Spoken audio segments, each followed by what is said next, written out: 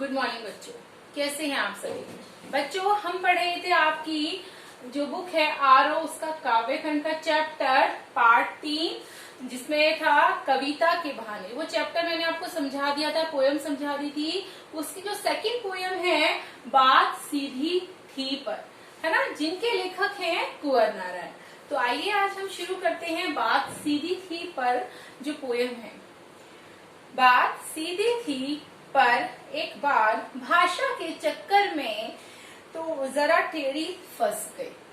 उसे पाने की कोशिश में भाषा को उल्टा पलटा, तोड़ा मरोड़ा, घुमाया फिराया कि बात या तो बने या फिर भाषा से बाहर आए। लेकिन इससे भाषा के साथ साथ बात और भी पेचीदा होती चली गई। देखिए इसमें बच्चों हमारे जो लेखक हैं कुंवर नारायण ने वो अपनी कोई बात कहना चाहते थे बहुत ही आसानी से और सरलता से, लेकिन उन्होंने सोचा कि मैं भाषा में कुछ ऐसे तत्वों का, वाक्यांशों का, शब्दों का समावेश करूं ताकि मेरी जो बात है बहुत ज्यादा प्रभावशाली लगे। लेकिन हुआ उसका अपोजिट कि वो भाषा के चक्कर में इस तरह से फंस गई उनकी वो बात, ना तो उस बात को बहुत ही सरलता से आसानी से कह पाए और ना ही प्रभावशाली तरीके से कह पाए। तो आइए समझते हैं इस बात को और इस पोयम के पैराग्राफ को। देखिए बात सीधी थी पर एक बार, हमारे जो कवि हैं वो कहते हैं कि मेरे मन में एक सीधी और सरल सी बात आई थी और जिसको मैं बहुत आसानी से सरलता से कहना चाहता था। भाषा के चक्कर में जरा टेढ़ी फंस गई, परंतु मैंने सोचा कि इसके लिए मैं कोई बढ़िया सी भाषा का क्यों ना प्रयोग करूं। अर्थात उन्होंने सोचा जैसे ही मैंने भाषाई प्रभाव जमाने की चेष्टा की, बात की जो सरलता थी, है ना, जो आसानी था, जिस बात को हम सरलता से कह सकते हैं, बात अपनी सरलता को कहीं ना कहीं क्या हो गई, खो गई। जैसे समझा रही हूँ, कभी कहते हैं कि मेरे मन में एक सीधी सादी सी जो बात थी वो आई थी, जिस बात को मैं क्या करना चाहता था, कहना चाहता था, परंतु मैंने सोचा कि इसके लिए मैं कोई बढ़िया सी बात का क्या करूँ, प्रयोग करूँ। जैसे ही मैंने भाषाई प्रभाव जमाने की चेष्टा की, बात की जो सरलता थी कहीं ना कहीं वो क्या हो गई, खो गई। अर्थात उसे पाने की कोशिश में भाषा को उल्टा पलटा, तोड़ा मरोड़ा। अर्थात जो सरल सी भाषा बात थी, जो उस सरल बात को वो बात कैसी हो गई, बहुत ज्यादा जटिल हो गई। तब मैंने मूल बात को व्यक्त करने के लिए, मूल बात यानी कि जो मेरी मेन बात थी, उस मूल बात को व्यक्त करने के लिए मैंने शब्दों, वाक्यांशों और विचारों का सहारा लिया। अर्थात मैंने अपनी जो मूल बात थी उसके लिए शब्दों और वाक्यों में बदलना शुरू किया। मैंने सोचा कि मैं अपनी बात को शब्दों या माध्यमों में बदलकर देखता हूँ। जब बात नहीं बनी, हमारे लेखक कह रहे हैं जब बात नहीं बनी तो मैंने फिर से शब्दों को थोड़ा सा काटा, थोड़ा सा छाटा, कहीं से मैंने कुछ बातों को थोड़ा सा, शब्दों को तोड़ा, थोड़ा सा मरोड़ा। फिर वो कह रहे हैं भाषा को उल्टा पलटा, तोड़ा मरोड़ा, घुमाया फिराया कि बात या तो बने या फिर भाषा से बाहर आ जाए, लेकिन इससे भाषा के साथ साथ बात और भी पेचीदा होती चली गई। हमारे कवि बता रहे हैं इसमें कि जैसे ही उन्होंने शब्दों का सहारा लिया, कुछ शब्दों को उन्होंने काटा, छाटा, कहीं से तोड़ा, कहीं से मरोड़ा, कभी इधर घुमाया, कभी उधर घुमाया, मैंने चाहा कि जो मूल बात हो वो प्रकट हो, अर्थात जो मेन बात है वो प्रकट हो। मैंने कोशिश की या तो मेरे जो मन की बात है वो बड़ी आसानी से, सरलता से दूसरों के सामने प्रकट हो जाए, या फिर भाषा के उलटफेर में जो मैं जंजाल में जो मैं फंस गया हूँ उससे कहीं ना कहीं मुझे क्या मिल जाए, मुक्ति मिल जाए। अर्थात वो कहने की कोशिश कर रहे हैं या तो मैं सरल भाषा में अपनी बात को कह लूं या फिर जिस भाषा का मैंने एक तरीके से जंजाल पिरोया था उस जंजाल से कहीं ना कहीं मैं बाहर आ जाऊं। परंतु दोनों बातें ना हो सकी। लेखक बता रहे हैं ना तो मैं सरलता से अपनी बात कह पाया और ना ही इस जंजाल से मैं बाहर निकल पाया।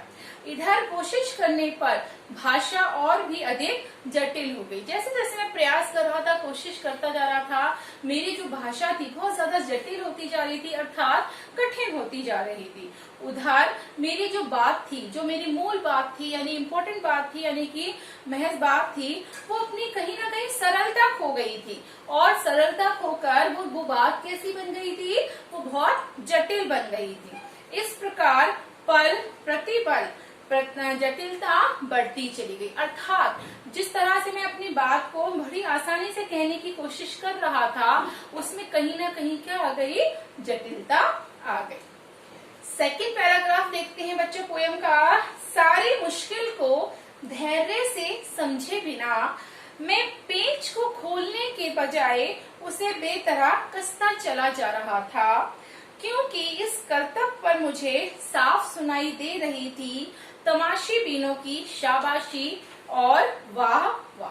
धैर्य का मतलब होता है बच्चों धीरज रखना, कि हम किसी कार्य में अगर फंस जाते हैं, दुविधा में, उलझन में फंस जाते हैं, तो उस कार्य को हमें धैर्य से करना चाहिए। भाषा के चक्कर में फंसी बात को धैर्यपूर्वक सुलझाने की बजाय कवि जो है उसे और अधिक कोशिश करके उलझाते चले गए।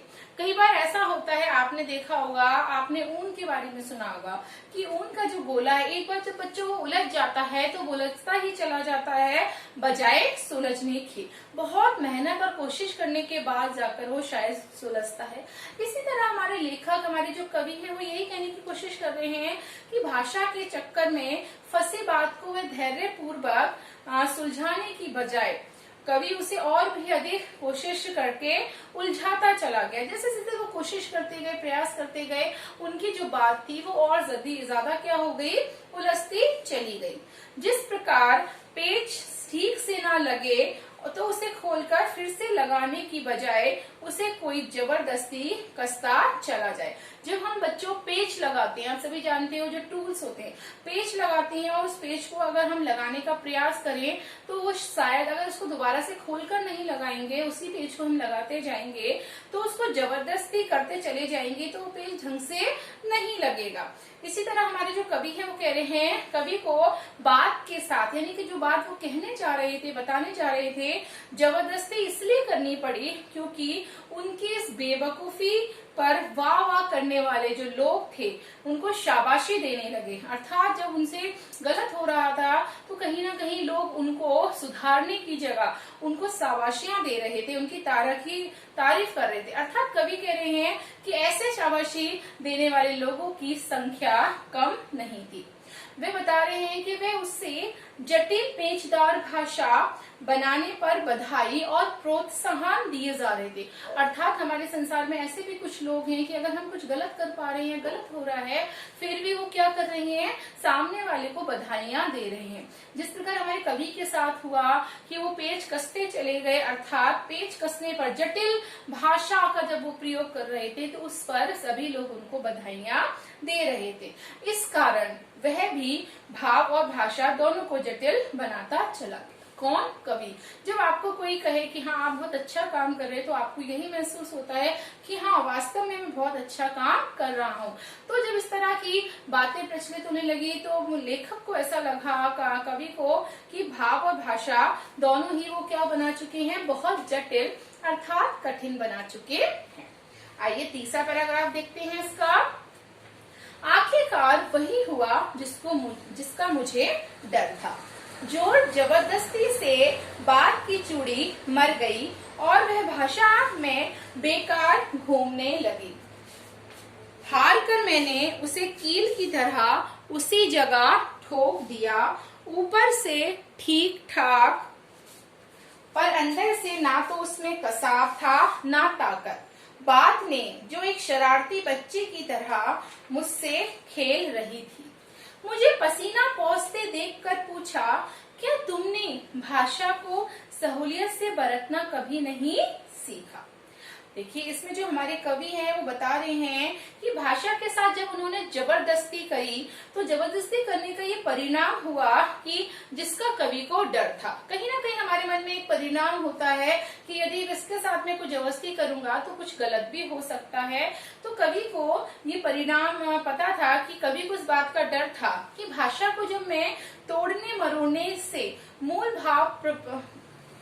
भाव जो है उसका जो प्रभाव है वो नष्ट हो जाएगा। अगर मैं कोई बात अपनी सरलता से बच्चों कहना चाहती हूँ लेकिन उस बात को मैं घुमा फिरा कर आपको कहूंगी तो उसका जो मूल तत्व है, सार तत्व है, जो उसका मेन बात है, वो उसका जो प्रभाव है वो कहीं ना कहीं क्या हो जाएगा, समाप्त हो जाएगा, खत्म हो जाएगी। उसकी जो व्यंजना है वो कहीं ना कहीं क्या हो जाएगी, नष्ट हो जाएगी। उसकी अभिव्यक्ति ही कुंद हो गई है, अर्थात जो कहने का तात्पर्य था सही शब्दों में, सही मायनों में, वो अपने आप में क्या हो जाएगी, समाप्त हो जाएगी।